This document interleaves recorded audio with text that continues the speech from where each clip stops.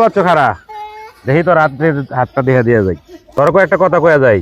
সত্য হইলে সত্য কবি মিথ্যা হইলে মিথ্যা কবি তো হ্যাঁ আমার কথা কি দুঃখ পাইলি না প্রতিদিন সকালবেলা ওইটা তোর আগা ক্লিয়ারের লেগে একটা করে বিড়ি লাগে কথা সত্য না মিথ্যা সত্য